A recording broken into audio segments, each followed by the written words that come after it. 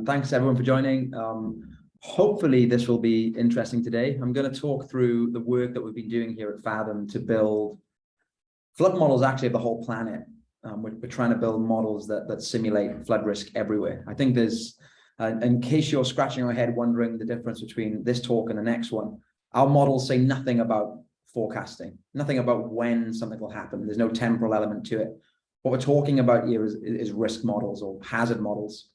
We're just trying to simulate risk in isolation. We're not talking about spatial dependency or temporal elements. We're effectively trying to replicate things like the EA flood map data set for the whole planet.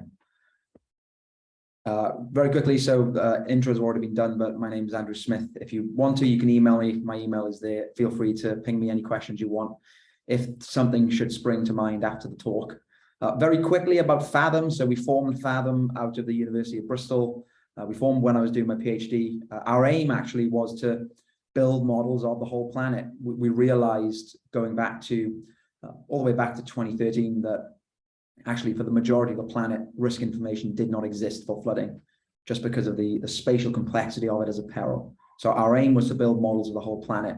And we're still doing that. And excitingly today, I'm going to talk through the latest iteration of our global hazard model, which is being released actually coincidentally today.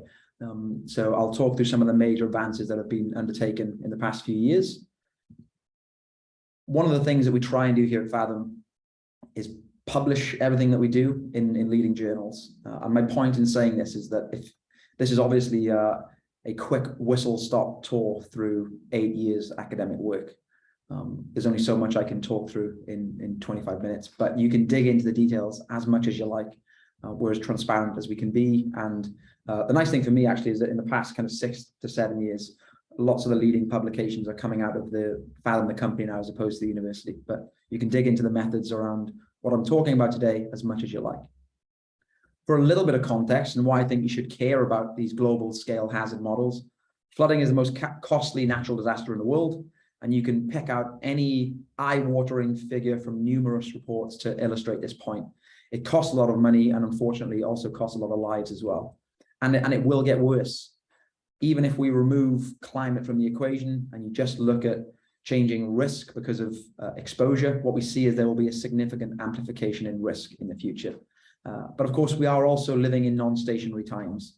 We're living in non-stationary climate, and we're seeing seemingly unprecedented events occurring with increased frequency. And I've got a little example here of a rain gauge in New York that just kind of fascinated me, that its record was broken twice in the space of 8 weeks. And the previous record went all the way back to 1886. And the new record almost doubled the record that was broken the month before, which is quite unbelievable. And again, as to why these models are important, this paper was actually published last week. So we co-authored this paper that looks at changing urbanization patterns in flood risk areas. So we're looking at how urbanization has changed within floodplains at a global scale. And what you can see here is that there's actually been an increase, but indeed an acceleration in the building of the urbanization in flood zones. And also an amplification even in the most high frequency areas as well. Another paper from the end of last year also showed that actually the majority of future risk is historical risk.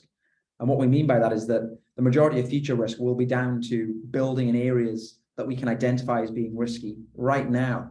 And on that note, I would like to say that I think that's a note for optimism, because hopefully at the end of this 20 minutes, you'll have some faith that we can provide information now on hazardous areas anywhere in the world. So in theory, we should be able to avoid exactly this kind of development.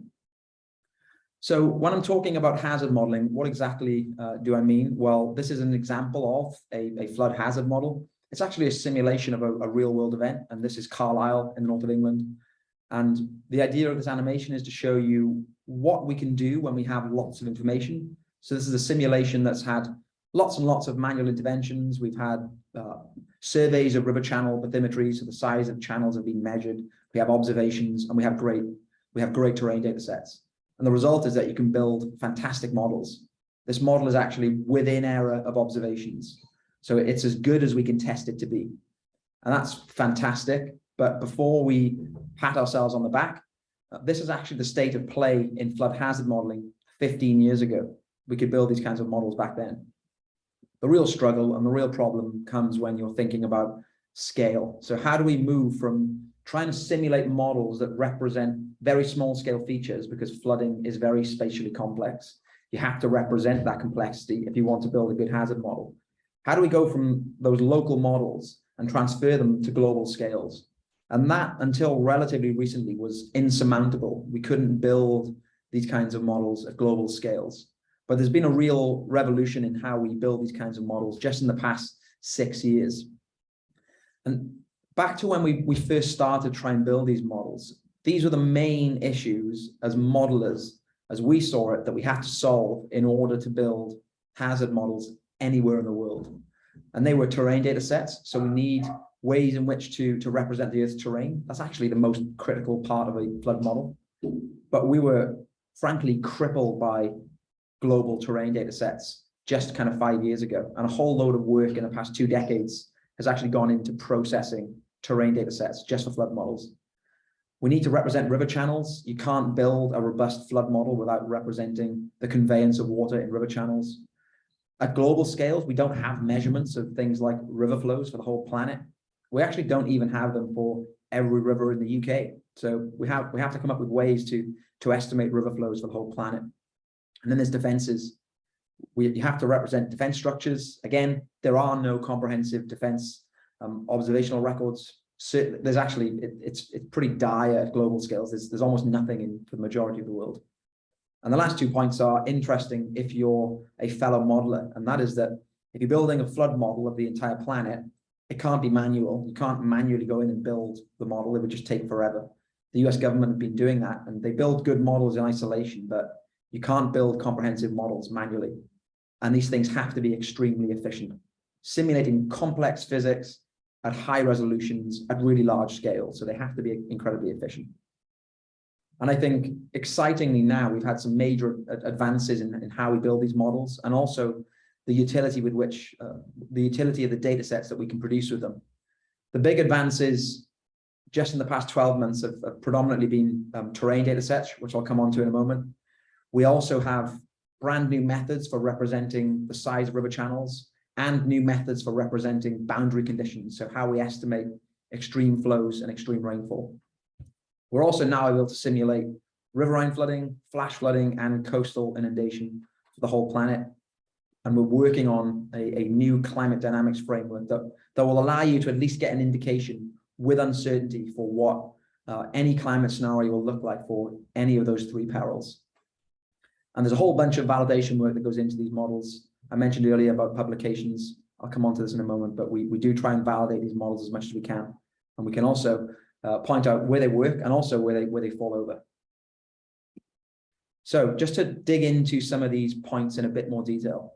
When you're building a flood model, as complex as they can be, and the nuance around things like river channels and defenses and structures, all those things are important. But actually, the main thing governing the quality of a flood model is terrain. We understand the physics of flooding really well. Frankly, the actual core algorithms in a 2-dimensional flood model are actually centuries old. They go all the way back to the Navier-Stokes equations. And that effectively states that water flows downhill. And if we don't know where downhill is, then your flood model is going to be pretty hopeless. And on the left here, you see an indication of what the terrain data sets looked like a few years ago. This is Merit DEM and the thing that we were building flood models on just a few years ago. And on the right, we have some laser altimetry data. And that is what I would call, in this case, truth. What you can see here is that there's speckle, there's noise, and there are artifacts in the global terrain data sets that made them really problematic to work with. Now, luckily for us as modelers, last year, the European Space Agency released Copernicus DEM, which is a new global radar-based topography data set. It is a surface model, however, so it still has trees and buildings in it. We've worked with the University of Bristol to reprocess that data set using everything that we've learned in the past couple of decades in processing these radar-based data sets. And we applied that to build a new global terrain data set. It's called FabDem, Forest and Buildings Removed DEM. And this now underpins all of our global data sets. And what you can see on your screen here, the three images, are images from different simulations. On the left, you have where we were. On the right is a simulation using FabDem. In the middle is FabDem. And on the right, you have a LiDAR-based data set. Hopefully what you can see here, this is clearly just indicative, but hopefully you can just visually see that there's been some really big improvements in how we can build models in data poor areas. And this is also very important. It's FabDem in the worst case scenario.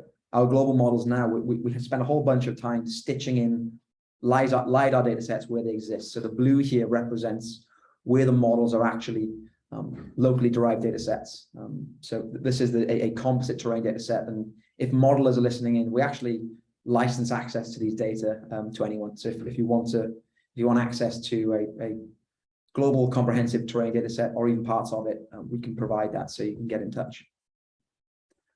River channels in flood models. Again, hopefully this is intuitive, but you have to represent the conveyance of water in river channels if you want to get a robust simulation of floodplain dynamics. Channels are the things that convey water to and from floodplains. However, at global scales, we have no way of knowing how big the channels are. There's no way to measure that. Indeed, even until recently, it's difficult to have a robust estimate of where the rivers are, never mind how big they are. Now, one of the things that we identified here at the Bristol University and at Fathom a few years ago was, well, actually, we can link the size of river channels to estimates of bankful discharge. And what I mean by that is that we can't measure the size of river channels, but we can observe how often they fill up. And indeed, there are geomorphological relationships that indicate or describe how often rivers fill up and reach bankful in different climatologies. Now, we realize that you can use that actually to back calculate how big the channels need to be by taking your estimate of flow for that return period. For example, you could take this domain and you could say every channel in this domain needs to be able to convey a 1 in 2 year flow. The way we did it previously, however, was that we would take our estimated 1 in 2 year bankful discharge, take an estimate of upstream slope, and then rearrange the Manning's equation. And then we would go into every single channel cell in the model in isolation, and then use the Manning's equation to estimate how big the wetted perimeter is in each cell. We realized actually subsequently that doesn't actually work how we'd like it to. And the reason for that, some of the modelers out there may already be twigging this, is that it doesn't account for things like backwatering effects. There's absolutely no dynamics represented in doing that. So, for example, we would say every river in this domain needs to be able to convey the 1 in 2 year flow. And what we were seeing in the simulations is that actually there was overtopping, so there was water leaving. The really neat development in the last 12 months that's addressed this is a dynamic channel solver. This was led by researchers at the University of Bristol in collaboration with our team here. And now we have a pre-simulation, and the pre-simulation dynamically simulates how big the channels need to be to convey a certain volume of water. So we start with a Manning's estimate, and then we iteratively solve how big the channel needs to be to convey an exact volume of water. So we're now implementing our assumptions in the way we intended to a few years ago. There's also been big improvements in how we estimate extreme discharge for the whole planet. Now, we have to have models to represent how much water to plug into our river channels, in effect. The way we did it previously is in a piece of research that I led. It was a regional flood frequency analyses at global scales. This simply links upstream characteristics to measurements of river flow. In effect, a global application of the flood estimation handbook. That's what we've used previously. But the new method is now a machine learning one. And what we realized in effect is that regional flood frequency analyses they lend themselves perfectly to machine learning. You have target variables and predictive variables. The predictive variables here, we have numerous predictive variables across the whole planet that we link to river gauges, over 8,000 of them for the whole planet. And what we've seen in this method is a significant improvement on what went before. Actually, when we looked at our old discharge model, we could see there were some significant biases, particularly for very, very small rivers. And you can see from the error improvements here, there have been some significant reductions in errors with regards to, and this is with the replication of the 100-year flow for all of these gauges. I should add actually that we can also provide access to our estimates of discharge if people are interested. If you're modelers and you need estimates of a river flow anywhere in the world, we can do that. Pluvial modeling, of all the perils in the world of flood, is the most difficult to represent because it really is the most local. You have to represent very, very local processes. And we do this at Fathom. We actually use the same model structures that we use in the riverine model. The main difference being that we effectively rain on grid in the pluvial model simulations. And we do this and we represent in-channel flow and conveyance and flow across the terrain data set for even the smallest flow pathways. But the big advance that's come in recent years is again been applying machine learning to define the boundary conditions. Again, it's predictive variables, and the predictive variables here are ERA5 rainfall data sets globally and 18 climate variables linked to global sub-daily gauges across the world. We simulate a 1, 3, and 6 hour events. And I think one of the nice things here is if there are anybody listening in who works in insurance, one of the difficult things you have when you simulate perils independently is you want to make sure that you're not double counting. There's no real clear definition between what is a fluvial event and what is a pluvial event. They're actually kind of the same thing. The difference is really the scale of the channels themselves. I think we've got quite a neat way of doing this now. So in our new methods, the way we do this is that we simulate a 6-hour pluvial event. So we effectively rain in a domain up to a 6-hour event. But in the riverine model, we only begin plugging in discharge into river channels when the time to concentration to that point is greater than 6 hours. So there's now some differentiation between what is a fluvial event and what is a pluvial event to try and account for some of the double counting that was occurring before. One of the great things that we've seen happen in the past 18 months has been the development of global coastal models. Been lucky enough to work with the University of Southampton on this and Ivan Hague and build our own coastal modeling group here at Fathom. The way it works for our coastal model, I will admit this is the part of the modeling I've had least to do with. But again, it's a regional flood frequency analysis that blends global models with local gauges. We've used this to define extreme water levels for the whole planet. And I've got a little image here showing some data for Africa. So this is a return period hazard map for all of Africa. Those boundary conditions are just plugged into the same 2D hydraulic modeling framework I described previously. Defenses, frankly, at global scales are a complete nightmare to represent because we don't have observations of where they are everywhere. It's for most of the planet, we actually have nothing. So we represent defenses in large-scale models in a few different ways. We can hard code them in. We can just represent them where we know they exist. And we can do things like represent how they impact dynamics. For most of the planet, however, we have to model them. We have to model where we think they will exist. And we have to do things like link an urbanization index to a protection standard that we estimate. And that can be done via numerous ways. One of the ways it was done globally is with the FlowPros data set. But you can also try and do it yourself, whereby you use socioeconomic indicators alongside some knowledge of protection standards in different countries. I think one of the neat things in our new model is that we also simulate overtopping of defenses as well. So we do try and simulate the impact of overtopping for these defenses. A couple of quick words on the hydraulics. You have to simulate things very efficiently. There's been a bunch of papers in the past 10, 15 years defining how we can try and retain sufficient physics in the shallow water equations, but make them really efficient. And we've been lucky here at Fathom to have some great software engineers come in and speed things up in the last few years. And if you're a modeler out there wondering how we actually build things at really large scales, I'd probably point you to Chris Sampson's paper back in 2015, which is the first time that there was a nice outline of how we build models at global scales in an automated way. Just some pretty pictures now to show you how the data look. This is going back to version 1 of our data back in 2015. This is in Zimbabwe, and this is an area where there's a hospital in the middle of your screen, which was interesting for some development agencies. This is version 2.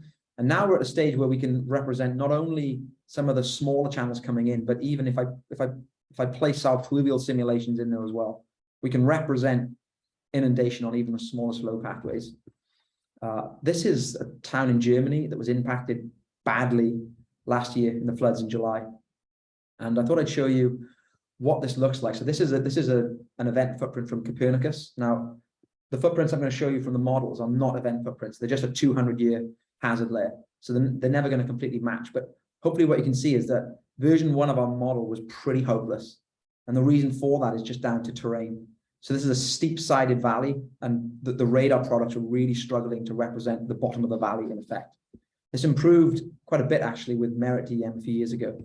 But we're now really able to represent these terrain in a much more robust way, even with totally global data sets. This is an entirely global model that I'm showing right now. We do have better data sets in Europe, but this simulation was done to show what we can capture. I don't have much more to say right now on validation. I've got a test case here that's recently been undertaken at the University of Bristol that shows actually a really good match between a 1 in 10 year hazard layer and what's estimated to be a 1 in 10 year event in Vietnam. There's an 84% CSI for that region, which is kind of as good as it gets. You could accuse us of cherry picking there. That's not what we've done. I was given this event from the University of Bristol. It will absolutely vary in space and in different topographies and different climates. The model will perform worse for sure. But more on the validation of the new global model will come in time. This publication is underway right now. But in terms of these kinds of automated modeling frameworks, there's been a whole bunch of literature validating these frameworks in the past few years, and there's a little list of publications there that you can look at. On the whole, I would say that particularly in areas where we have some better data sets, these modeling frameworks are getting, I would say, pretty remarkable now. We can largely replicate modeling data sets that cost billions of dollars to produce. We can do a really good job at representing most of that information. Last thing, there's a climate webinar coming up, and I think with SciWem as well, we're doing a climate webinar soon. One of the great things that we're trying to figure out here is how do we actually try and robustly and sensibly provide estimates of what future hazard will look like. That's not easy to do. Frankly, climate models are pretty hopeless at representing all the things that we care about as risk modelers, but we're trying to do that in a sensible way. More to follow on that. If you're interested in access to data, there's a bunch of ways we can do it. We can provide raw information. We can ship you data effectively. We can provide access via partners, and there's also an API that you can use to access what we actually do. That was all. I think I'm in time, if not ahead. Happy to answer any questions. There's more webinars coming up, and anybody who's in London, I'm there on Tuesday. If you'd like to come along and meet in person, that'd be great. Thank you very much, Andy. That was a really interesting presentation. Yeah, very, very interesting. I should have mentioned my name's Darren Lumbrez. I work for HR Wallingford. I'm hosting this. We've got 4 questions so far, so I'll just go to the first one, which is from Matteo Fore. Sorry if I pronounce your name wrong, Matteo. And he says, in your rainfall modelling, do you account for existing drainage systems which will convey part of the flow underground? Yeah, we do. So that's one of the neat things about the subgrid hydraulic model. So all of the channels are represented away from the terrain data set. So you have a simulation process that occurs away from the terrain data. So all of the in-channel flow is not within the terrain. So it can do things like convey through blockages and represent things like culverts. The reality is that that's estimated. So we estimate the size of those channels. We estimate how much, or the return period at which they can convey water. And that will vary in space. So as you enter urban areas, we will make assumptions around drainage capacity based on frequency. In some areas, we actually have like observations. So we'll know in Houston, in Texas, for example, how much what the design standards are, and we can implement those. But yeah, absolutely can convey things like culverts underground. Thanks, Andy. And then we've got Sumit Sinha, who says, is there any possibility of going local from global, given that policy interventions and flood control measures are always at local and state scales in different countries? In other words, what is the prime motivation for global models? Yeah, that's a great question. I would say probably twofold, actually. So sometimes I don't like the word global, because really the utility of these models is the fact that they're really efficient and you can rebuild them very quickly. So in terms of what the prime motivation is, though, I would say 2 things: plugging in the gaps, building models in local ways. You'll just never ever be able to get comprehensive views of hazards. So plugging the gaps for sure. And the other one would be being able to run things efficiently. And that's important when you're thinking about updating for things like climatologies. If you have new observations or you want to plug in climate models, we can rerun things really efficiently. So plugging the gaps and dynamic frameworks, I guess, is prime motivations right now. Thanks, Andy. And then we've got Claude Louis Nosobia. I'm sorry if I pronounced your name wrong, Claude. He says, do you include groundwater flooding in the model? No. The short answer is no. I still have nightmares from my days trying to actually understand what groundwater flooding actually was from my master's days. But at the moment, no, we don't. It's purely those three parallels that I mentioned. Thank you. And then we've got Alistair Papworth, who asks, what do you do if the models become unstable and produce negative depths? Do you go and fix each instability, or does the model force itself to run? If the model forces itself to run, how reliable is it for industrial development and insurance? So there's kind of three questions in one there. Yeah. So we have a bunch of things in the model now that try to make it as robust as possible from instabilities. That you will have instabilities in some cases, and we will have to go in and try and figure out whether there's something wrong in the model structure itself. Do we have some erroneous terrain values, for example? But the models are designed to be, and we have things like fluid limiters in there that are designed to kind of try and limit instabilities. For sure, that results in some areas in physics being simplified. So if you have, for example, supercritical flow, the models just don't represent that very well. If you're worried about very fast flow over steep terrain, there are just big simplifications in our models that won't be good for that. If you're worried about things like dam break scenarios, there's just not enough physics in our models, so they're not going to be reliable for that. But at global scales, for particularly things like riverine flooding and coastal flooding, I think the physics now are well represented enough, even with some of the kind of robust measures we have in the model to keep it efficient. Even with those in there, they still represent the physics sufficiently. Thanks, Andy. And then we've got Helen Hook, who says, has the spatial scale, i.e. the grid size, changed from Fathom versions 1, 2, and 3? Yeah, it has actually. Helen, thanks. That's a massive omission from my whole talk. I should have had that in there. They've increased quite significantly, actually. So originally we had a 90-meter data set. It's now down to 30 meters, and we actually provide 10-meter data in some areas. I'm always a bit reluctant to kind of press the resolution thing too much, because the reality is that when we're building large-scale models, there's a whole bunch of uncertainty still in there. And you end up, if you end up getting really high resolutions, you're just giving yourself a massively amplified sense of precision, right? The model's not accurate to that kind of resolution. Sometimes, frankly, we're just required commercially to produce high resolution data sets, but we're comfortable in producing at global scales 30-meter data sets now. Thanks, Andy. And then we've got, I think this will probably be, well, maybe a couple more questions, and then we'll have to go on to the next presentation. We've got Valentina Aleotti, who says, have you compared the results to the Environment Agency river models that are currently available in the UK? And if yes, how did they compare? We absolutely have. So we have a paper under publication right now. It's in, I think it's in Hess, and I think it's actually open for you to go and comment and look at now. How do they compare? Very well in terms of the hazard. In some ways, however, I'll caveat this and say that when you're comparing against the EA flood data, they're 100-year events, so they're already pretty wet. And that's actually, when you're trying to validate a flood model, that's the best thing that you can try and validate against, because you're only looking at extents. And in some cases, the valleys are just full. So in some ways, it's an easier test case. The interesting validation that we've done, I think, is with our CAT model. Now, not to delve into the world of CAT modeling, but we've not only validated the hazard model, but we validated and looked at the CAT model and looked at how it represents losses in the UK against observed losses in the past 20 years. And that's got some really interesting conclusions, actually, but the paper will be out really soon. Thanks. So we just have to take a couple more very quick ones. So one is Joshua Hazlitt asks, what is backwatering effect and how is it represented in the model? Well, so backwatering effect is effectively where you have water backing up. So how is it represented in the model?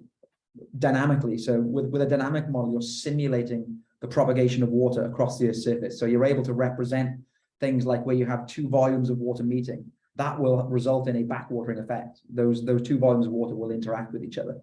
And we represent that by having representations of the shallow water equations, representing that in space on a grid effectively.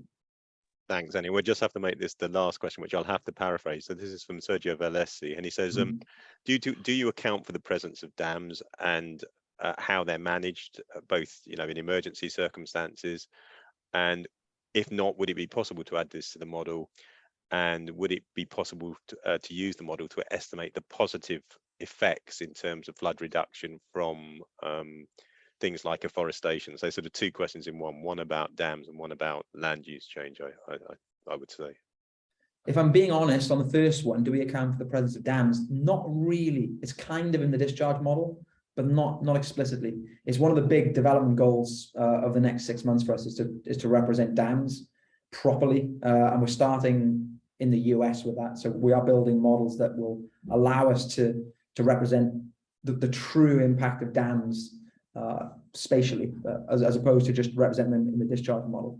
Could they be used to model the positive impacts of afforestation? Absolutely, yeah, for sure. We actually do this right now. So we work with Arup, for example, an engineering company, and we're building models in Dar es Salaam in Tanzania, and they're providing us with models that simulate the impact of natural solutions upstream that degrade peak hydrographs. And then we simply change the peak hydrographs going into our model to show what the impact of things like afforestation looks like. So yeah, absolutely can do it and do it. Thanks very much, Andy. So that was a great talk. I'll just remind you that there are links in the chat to some of the references that Andy mentioned in his thoughts. So I'll now hand over to Dr. Leonora Boulay of HR Wallingford. She's going to be talking to us about global flood forecasting, so forecasting floods rather than looking at flood hazards. So Leonora is a hydrologist who's got 10 years experience, and she's recently successfully completed a PhD using the Global Flood Awareness System, which is going to be talking about investigating how well this particular model and global flood forecasting models can forecast floods in data scarce areas such as Africa. So over to you, Leonora. Hi, everybody. Thanks, Darren. Yeah, so I'll be giving a presentation on some of the outcomes of my PhD research, which I've completed with HR Wallingford at the Open University. So the title is Evaluation of Global Flood Forecasts in Ungaged Catchments.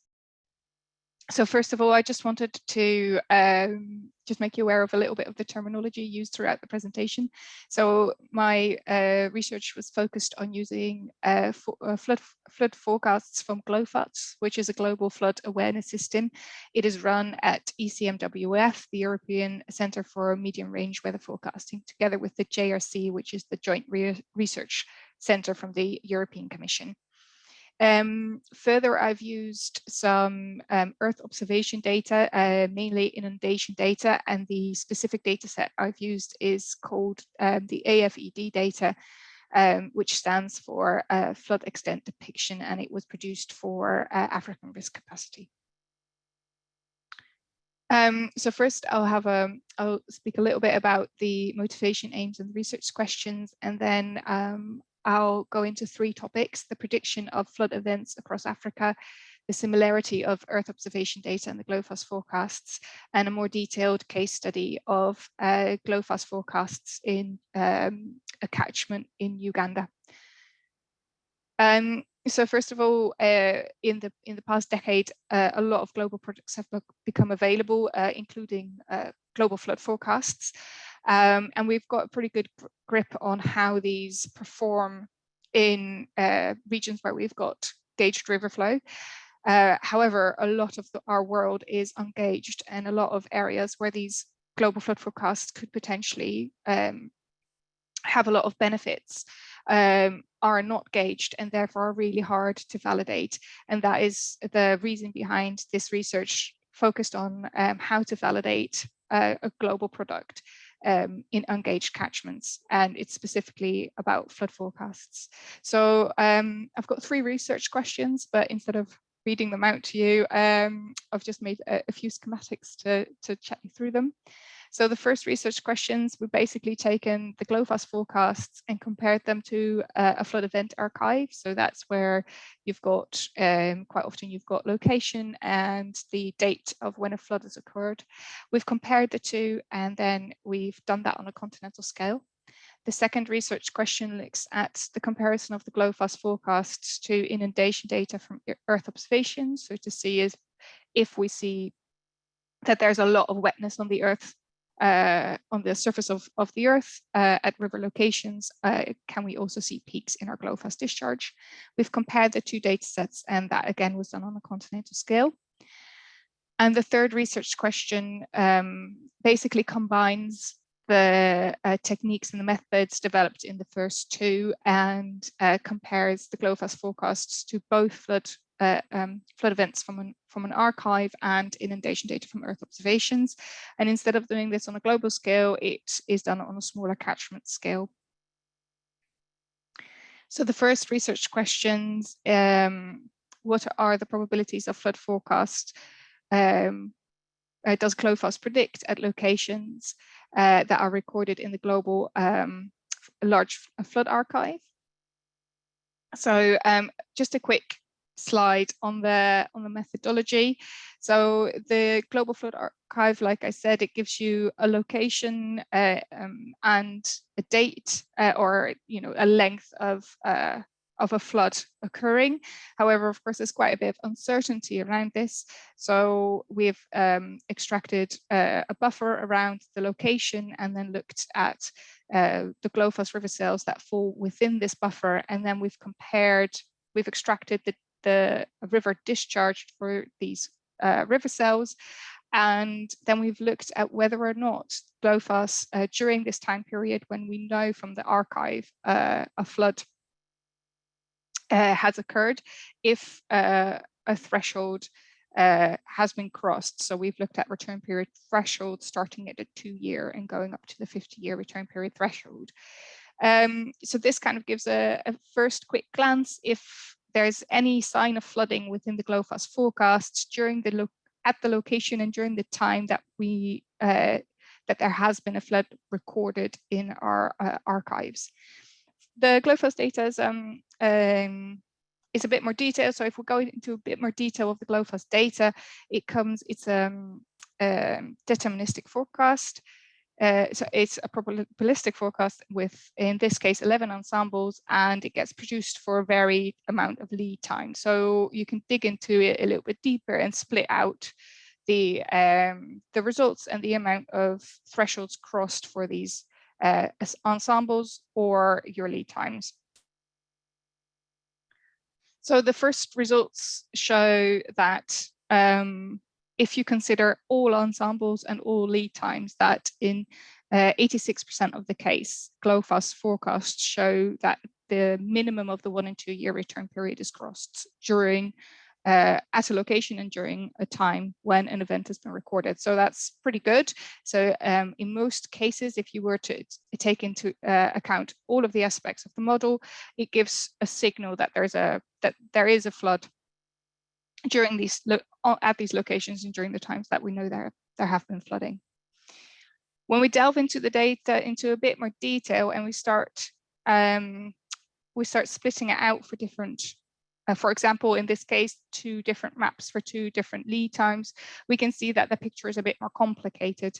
So if we, for example, were to split this out and say, well, we want to know if there was a warning in the first within the first 3 days of lead time, or the 7 days, or the 10 days, rather than all of the lead times considered together, the picture is a bit more nuanced, and we find that the amount of locations at which we are able to predict a 1 and 2 year return period flood kind of drops to between 50 and 60%.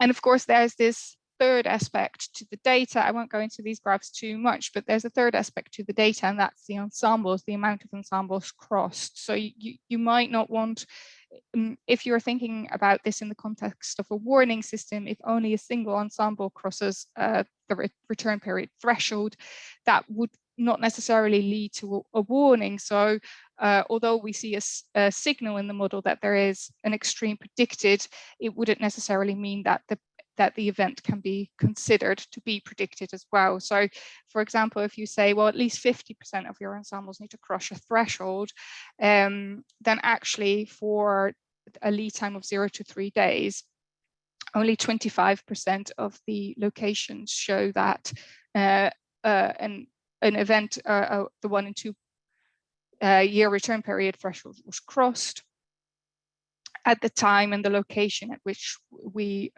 think a flood event actually occurred.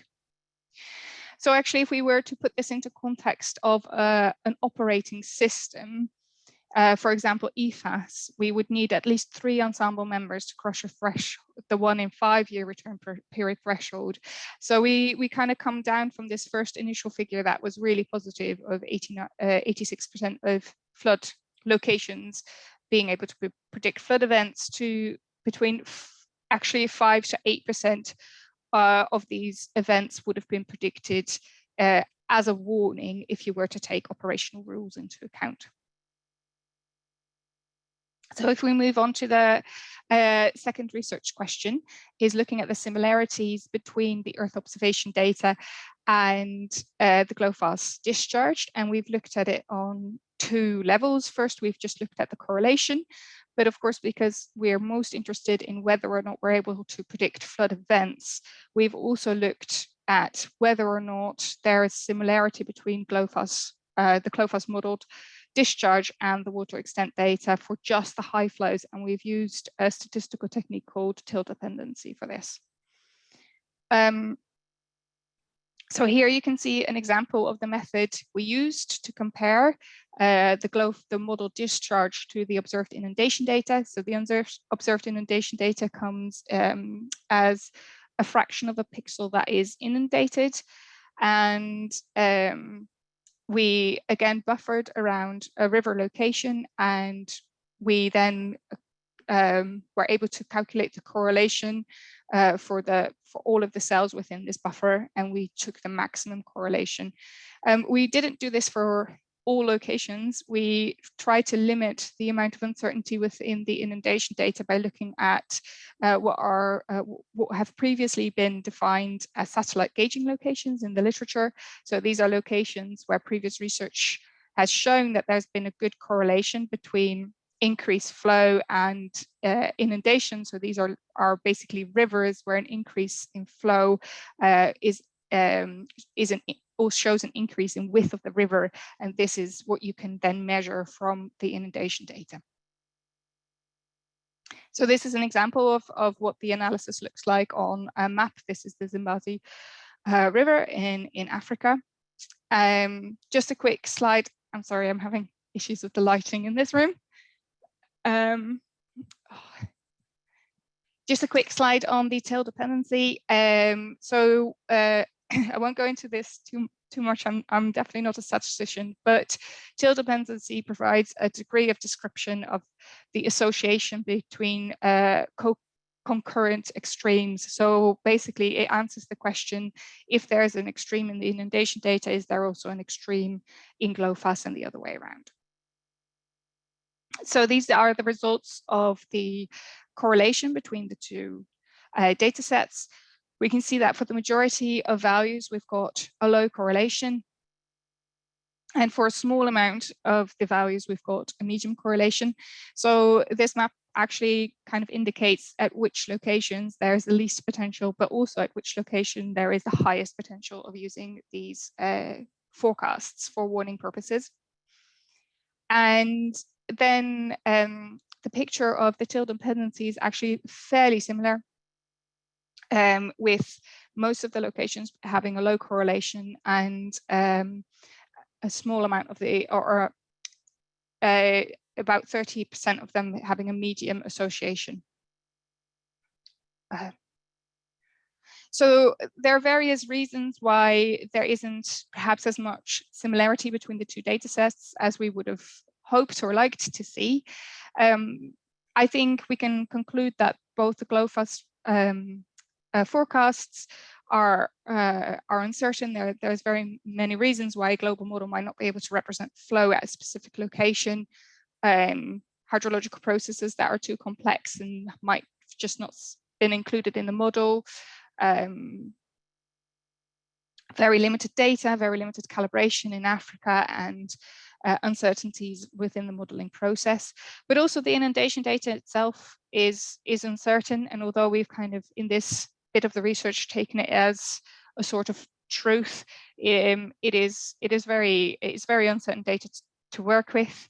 So it could be that the inundation data isn't able to capture the changes in river flow. Maybe the scales aren't, the scale is too small for the inundation data to be able to capture it.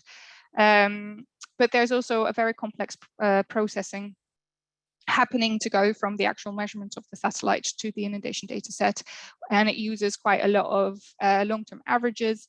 So it's all derivations of long-term averages. So you can imagine that if there's been major changes in land use or things like that, it won't have necessarily been taken into account. So there's a lot of uncertainties in both of the data sets.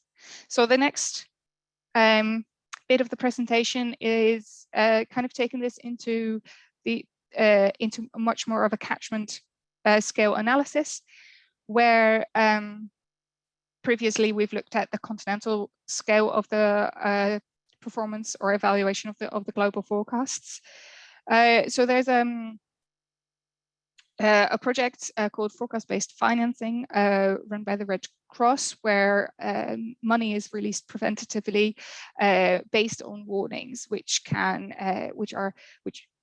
of the purpose to mitigate some of the effects of the flooding.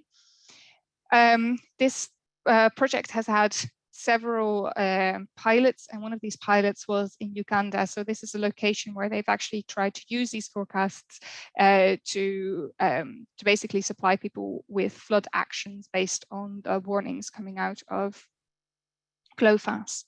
So what we wanted to find out was, in this specific location, using the techniques we've developed in the previous two, with the previous two research questions, does GLOFASS actually meet the requirements set out by forecast-based financing? And these requirements is that they want at least 50% of the forecast events to be hits and 50% can be false alarms. So that's the minimum level of performance that they've set for GLOFASS. So if we have a look at the actual catchments, the Akoko River is where the forecast-based financing pilot took place, and it's located in the northeast of the map. So the method we've used, like I said, it combines both using the flood events from an archive, as well as the inundation data. So first, we've calculated the flood exceedance thresholds for the inundation data and GLOFASS using the flood events.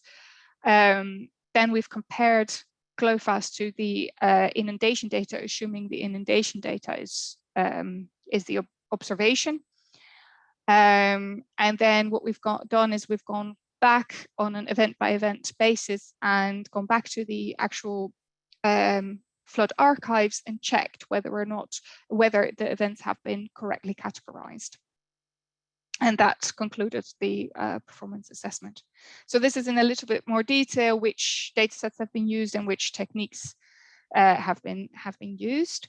So in order to do the comparison, because of course we are comparing inundation to discharge, so it's not a direct comparison. So what we've done is, on both data sets, we've identified flood events, and then we've done an event-by-event comparison in which we've calculated the hits, misses, and false alarms.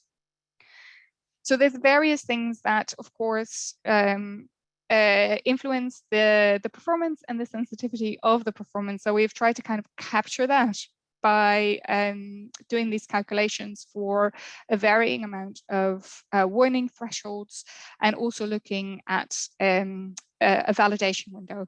So a validation window is basically the amount of days ahead of an event at which an event can still be considered a hit. So for example, if we issue a warning on Tuesday and we do our flood actions on the Tuesday, but the actual flood happens on the Wednesday, we might actually say, well, that was a hit because the flood actions worked. However, the prediction was 1 day out. So however many days out you're allowed to be is based on the lifetime of your flood actions.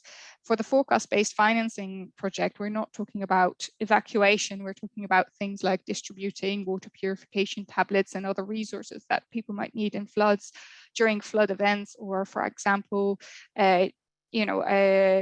digging trenches around houses for extra defense and checking the drainage systems and things like that. So basically the flood lifetime that has been set by the forecast-based financing project is 30 days. So we've basically checked the validation window starting at 5 and ending at 30 days.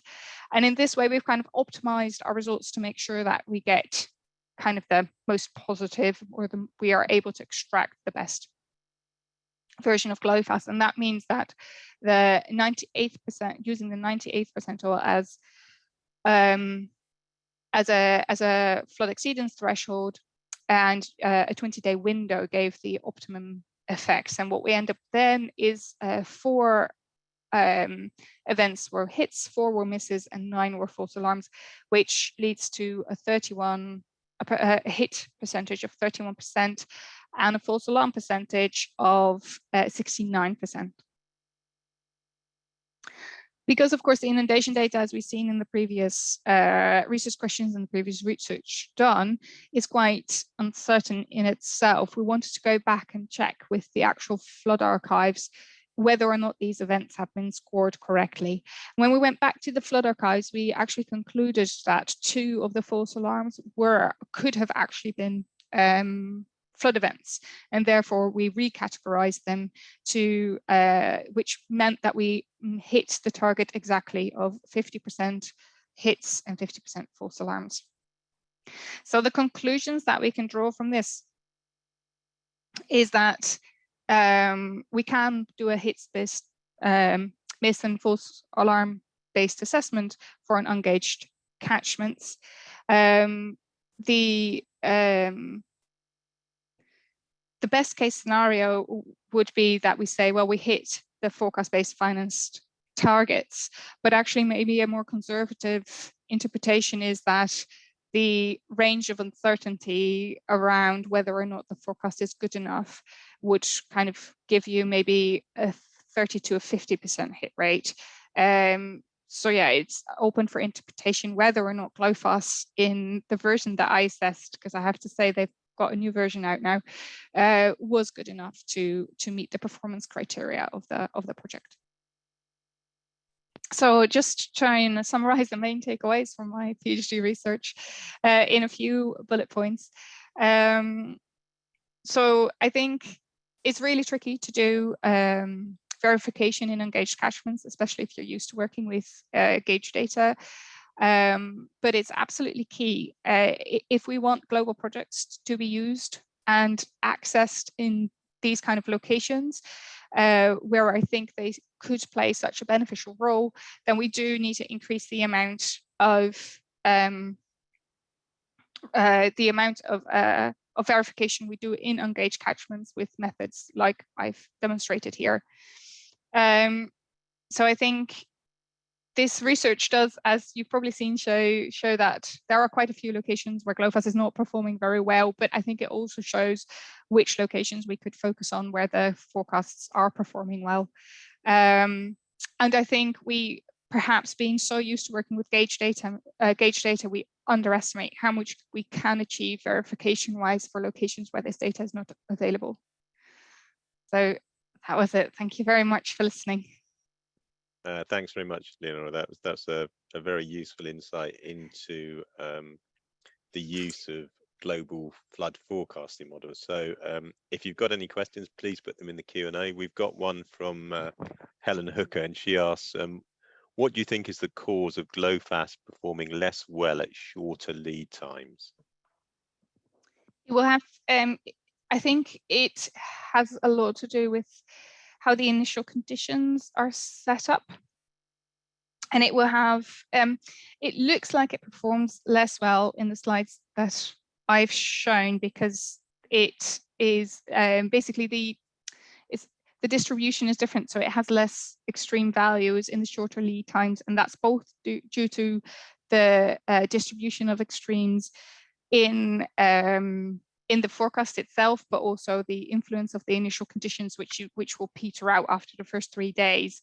Of course, initial conditions are really tricky on a global scale. So what is being used at the moment is reanalysis data from the weather from the big ECMWF global weather forecasting model. So that's, I think, the ERA 5 data is being used as initial conditions. It's a tricky one. In my research, it looks like it performs better because I'm looking at extremes, but I don't think if you were to look at a different location, or if perhaps you were analyzing droughts, the picture might be completely different. One of the ways the GLOFAST team actually deals with this is that they are talking about having dynamic dynamic thresholds. So the 1 and 2 year return period would actually change in accordance to the changing distribution of the forecast as you go through the time steps, if that makes sense. So it's a little bit of a patch rather than a fix, but yeah, so they are aware of it. Thanks, Leonora. And then we've got, I hope I'm pronouncing this right, sorry if I'm not, Due Willems, who says, what do you think is the main element that needs to be improved to increase overall forecast performance? It's really tricky because it's hard to think of a main element that doesn't include gauge data. And of course, my challenge for my PhD was to really think about gauge data. I would probably say initial conditions, assuming that you're most interested in the short-term forecasts, would be if you can get a better indication of what the river levels are today, perhaps by using things like satellite observations, then I think you could really increase the quality of the forecasts. So that would be my first thing. And of course, the other thing is to combine it with, if you were able to combine the forecasts with any sort of surge modeling, and then you could, because at the moment you cannot use it for close to the coast. So I think that would be a big improvement as well. Thanks very much, Eleanor. And I'll maybe just ask one question before we close, because we're running slightly over time. What do you think is the main challenge for beneficiaries and end users who may not be flood forecasting experts in using GLOFAST in a practical, operational way? I think